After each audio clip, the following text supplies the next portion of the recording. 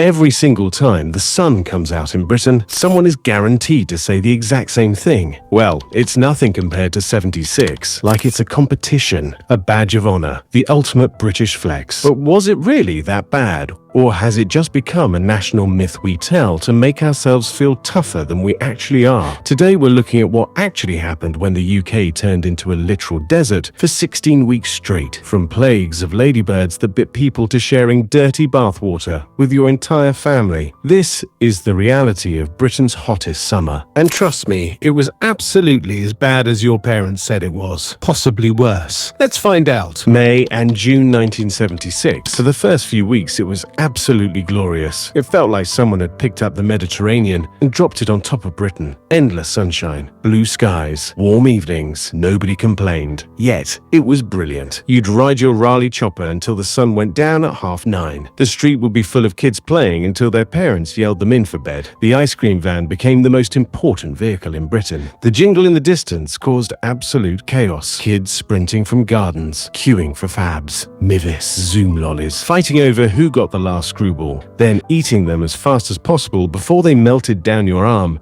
and dripped on your shoes. Car journeys were torture, but in a weirdly nostalgic way. No air conditioning, windows down, your legs sticking to vinyl seats. That horrible feeling when you peeled your thighs off and they made that disgusting squelching noise. The smell of hot plastic in your dad's cigarettes. Traffic jams on the roads with the engine overheating. But you didn't care because you were going to the seaside, and that's all that mattered. Before we get into the misery, let's settle a debate in the comments. What was the absolute elite tier ice lolly of the 1970s? Let me know down below, because I guarantee there will be arguments. Then it kept going and not stopping. The grass turned brown, not just patchy, completely dried out. Parks looked like deserts. Gardens were dust bowls. Farmers watched their crops fail in fields they couldn't water. The ground split open, deep cracks in the earth like something from a disaster film. Britain wasn't built for this. Our houses are designed to keep the cold out. Thick walls, small windows, no ventilation. They became brick ovens. You'd wake up drenched in sweat, trying to sleep with a damp flannel on your forehead and all the windows open. It didn't help. The air outside was just as hot as inside. There was no escape. The infrastructure started to struggle. Roads softened in the heat. Tarmac turned sticky, almost pliable. You could press your finger into it. Women's stiletto heels got caught in pavements. Cars left marks in the road surface. Railway lines shifted slightly in the heat, so trains had to slow down. The entire country felt like it was under pressure from the sun. Then the swarms arrived. Ladybirds in huge numbers. Not the occasional ones you'd normally see, but everywhere. Covering surfaces, filling the air. Beaches were covered in them. They got into your hair, your clothes, your house. It was overwhelming. Greenflies too, vast numbers of them. The heat had thrown everything out of balance, so they appeared in huge quantities, covering gardens and windows. It felt surreal, like something completely out of the ordinary. By July, the tap started running dry. Not weak pressure, actually dry. Turn the tap, nothing. Maybe a cough, a splutter, then nothing. Reservoirs were empty. Rivers had stopped flowing. The country had genuinely run out of water. The government panicked and introduced rules. Official rules about how you were allowed to use water. 5 inches maximum in the bath. That's it. And you had to share. The whole family, one bath, 5 inches of water, 4 or 5 people. Your dad would go first because he was the breadwinner and apparently deserved clean water. Then your mum. Then you. Then your little brother. By the time the 4th person got in, the water was grey, murky, bits floating in it. You weren't getting clean. You were just redistributing the dirt. And that was it.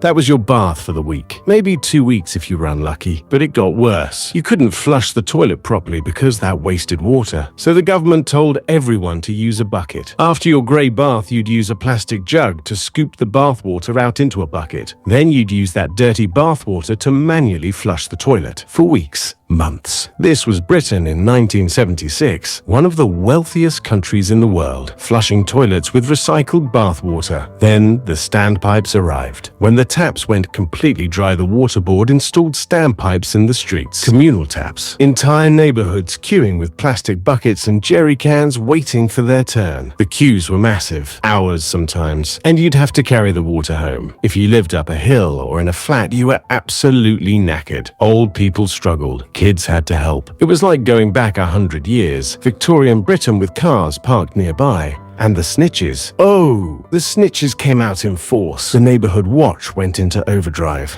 If someone had a suspiciously green lawn or got caught washing their Ford Cortina with a hosepipe, the neighbors would absolutely report them to the water board. Curtains twitching, people taking notes, writing letters. Number 42 has been watering their roses. I demand action. Peak British passive aggression mixed with genuine outrage about water theft. Because it was serious. If you were caught using a hosepipe, you'd get fined, maybe cut off completely. So people genuinely did inform on each other. The summer of '76 brought out both the best and worst of British community spirit. The government realized this was a proper crisis, not just an inconvenience, an actual national emergency. So they did what governments do when they don't know what else to do. They appointed someone to be in charge of it. Dennis Howell, Minister for Drought, an actual cabinet position created just to deal with the fact that Britain had run out of water. His job was essentially to make it rain, which obviously he couldn't do. But he tried. The press loved it. They followed him everywhere. He did a PR stunt where he invited journalists to his house to prove he was following the rules. Showed them he was sharing bath water with his wife, 5 inches maximum.